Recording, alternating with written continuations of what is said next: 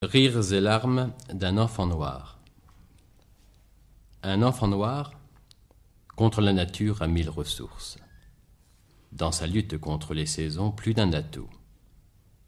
Dans sa façon d'aspirer toute la vie qui naît du majestueux soleil, de tous les rocs polaires, une force, une joie, un appétit, une coquetterie qui fait pâlir la lionne fantaisie de la forêt abritant de frêles arbres.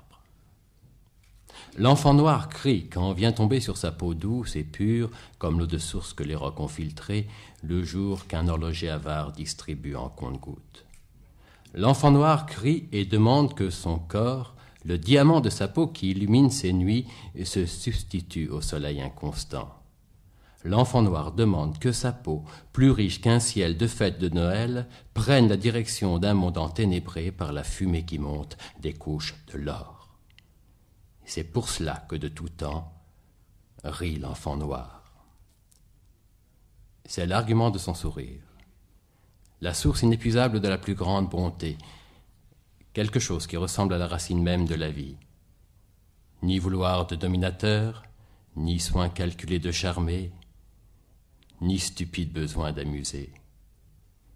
L'enfant noir rit avec ses pores au moment où s'annonce l'aurore. L'enfant noir offre ses cheveux à l'aube qui égrène chaque matin un jour nouveau sur tous les peuples. Et l'aube est désarmée car les cheveux d'un enfant noir sont un chapelet interminable.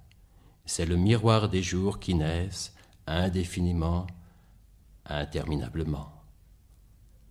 Les cheveux d'un enfant noir, c'est le matin qu'ils sont beaux, quand le songe les a arrimés comme des grains de poivre, l'un à côté de l'autre. C'est un présent du plus insoutenable soleil. Les cheveux de l'enfant noir ont eu la confidence des temps. Mais l'enfant noir pleure, parce que le jour épuise comme un ennemi, parce que la faim met à l'épreuve tous ses sens innocents, parce qu'un besoin court-circuité devient monstrueux dans un songe et résurgit plus impérieux le matin, parce que le pain du matin jusqu'au soir n'est pas rentré dans la maison, parce que les huissiers ont sommé son père de déloger, parce que l'instituteur l'a fouetté pour une leçon oubliée sous l'empire de la faim. Et puis ses camarades ont ri de la plante de ses pieds. Les semelles ont cédé avant la fin de l'année. Et puis ses lèvres sont blanches car depuis le matin, elles n'ont reçu que de l'eau pour l'office de ses dents. Et puis l'enfant a transpiré toute la nuit et ses genoux sont faibles. L'année s'écoulera, un autre Noël viendra, sans surprise, sans cadeau, et la fête des saints innocents aussi, et le premier jour de l'an aussi. Mais la maison n'est toujours pas payée et les banquiers sont impatients. Et l'enfant noir, en sortant de l'école, s'arrête devant les vitrines, regarde les jouets, et les narines rappellent le souvenir d'un nouvel an, rappellent un plat préparé par la mère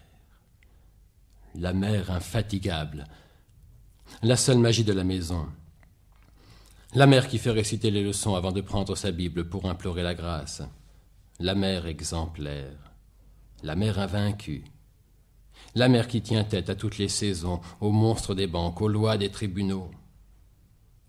Et cette mère apprend à l'enfant l'oubli des soucis, le secret de toute force. Elle apprend aussi à l'enfant à désirer en tout la puissance. Cette mère s'est installée dans son enfant pour boire ses larmes, pour lui apprendre à rire, à désirer invinciblement.